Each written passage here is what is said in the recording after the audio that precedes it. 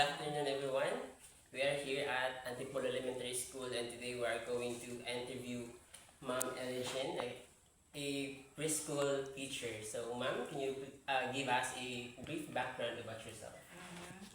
May hapon sa tanan, ako si Eligen Panting, kindergarten teacher ng Antipolo Elementary School. O taga Antipolo dasab ako, o ani sa Bagoy assign sa Antipolo. Pero ang kuan ini sa years in service, kuan ini mag-10 ako 10 years pohon sa June 2025. Yun lang. Thank you. So, ang gusto namin mapigaman, Ma'am, is for you lang, what is the importance of family, school, and community relationship? Family o school o ang community relationship para sa progress na. Yes, para sa progress and development ng mga student. Kuan. Kinahanglan na madayo ang relationship ng family, ng community, ug ng school, labi na sa development, sa improvement, sa progress ng kindergarten o ng kabataan. So, pero ang magsugod ang progress, ang development, ang kuan ng iso sa family, ang pagmatuto ng mga ginikanan. Sa family dapat magsugod ang paghatag ng sakto na time, sakto na love, sakto na care, sakto na atensyon sa iso. Kay madaras sa gudyanaan pagkabadi na kung bad sa good ang ma-experience ng iso within sa sulod ng bahay naan, gawas na madaran ang pagkabadi, makituan isab ang kanang mga classmates kung muskwela na yan, kung makihalubilo na yan sa kanaan mga kaiban. Naman magsugod dapat sa ang maday na relasyon sa family. Kasi sa school, of course, basic na sa iyan na po ang school na ang vision o mission ng school para siyempre sa kailangan sa mga kabataan. O, ano ba mga follow-up question mo? Ang relationship ng school to community. Siyempre, ang school need ng help gikan sa family, sa parents, o siyempre sa community, sa barangay. Kay dili sa kay aron mga activities, aron mga tumong ang eskwelahan na dili lamang eskwelahan alone dili ma-achieve lamang alone ng eskwelahan. So need na ng kuwan tabang sa barangay sa family. Yun lang. So, very important din ang family, school, and community. The relationship when it comes to sa progress ng bata. So, another question, Ma'am. Have you had any activities initiated by the... Ba't na kita? Simpson number 1 na po. Ang sa doon, ang sa family sa school, okay lang. Kay every quarter, ako sa ikuan, ini teacher-parent conference. So, ma-discuss na ang mga problema sa iso na need i-address ng parents. Tapos sa mga reklamo ng parents na i-report ng iso na kinahanglan ng teacher na ikwasan na kung ang problema so balon. Pero pag abot hindi sa community, sa kanako lang na part, ako ang ihadok sa mga iso. Kung labi na sa kinatibukan na kibali, sa labi na doon na kung ano ganyan ang droga. Oo. So, ang iso, gawa sa mahimoy ang subuan magkuan.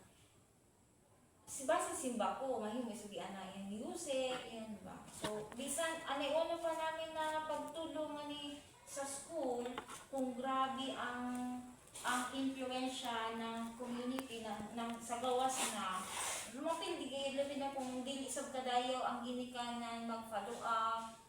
Bisan ano yun pa natulo ng school kung ang family mismo dili mo follow up, dili mo mag-monitor sa iso, maapektuhan gyud yan sa impluwensya, labi na kung dili madayaw, maapektuhan gyud ang kuan ng iso. So mahulog yan ngadto sa imbis kay kaayuhan ngadto yan sa kadautan. So mawara ang kuan ng future wala dili makuan ang kuan ng eskwelahan isa. Amaya na dapat ligon ang sa family, ligon sa bang kuan ng school. Kaya para ang iso, makuha yan ba na, maindugyan sa kuan, makuanan ang unoy madayaw o unoy diri madayaw.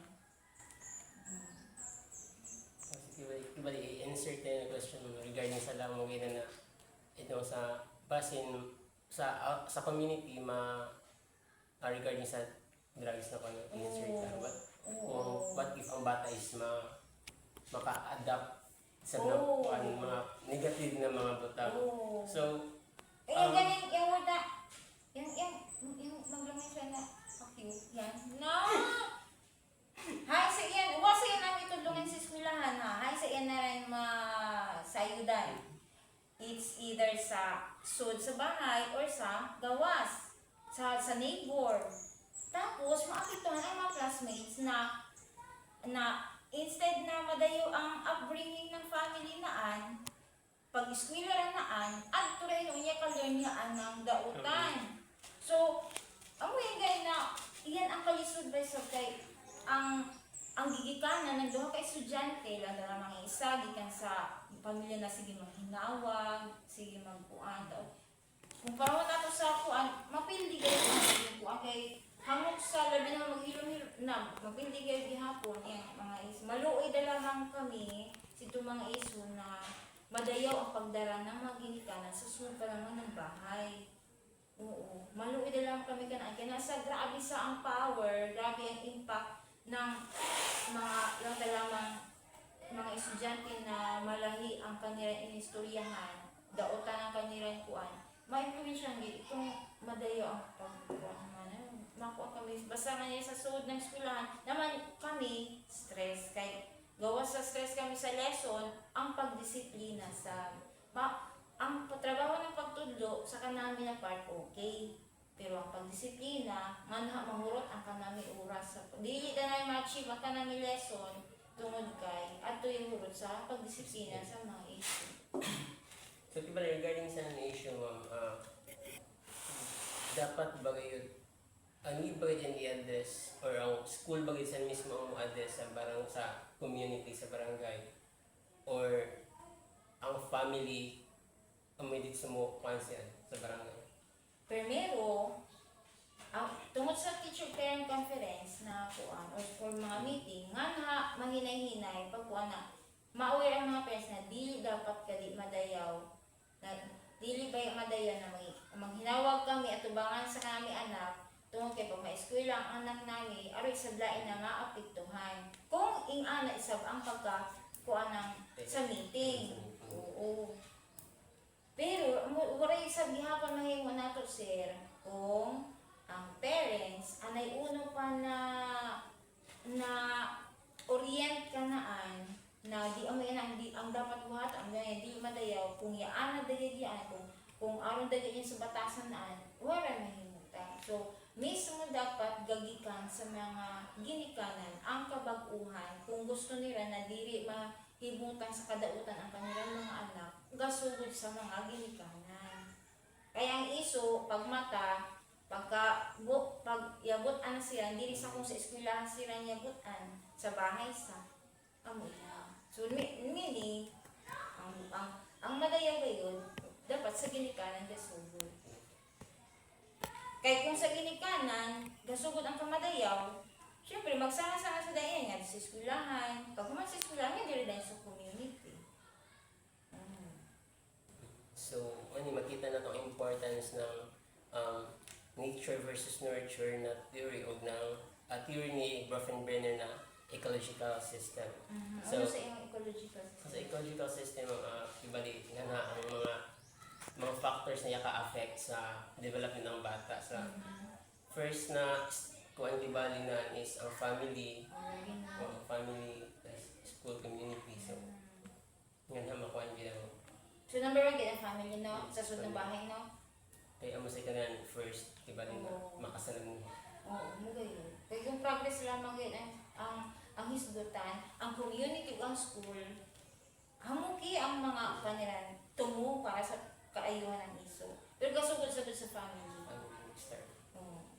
So, let's proceed to other questions. So, Sige, number 4. next question one is, have you had any activities initiated by the Parents and Teachers Association that has significantly impacted the school and the community?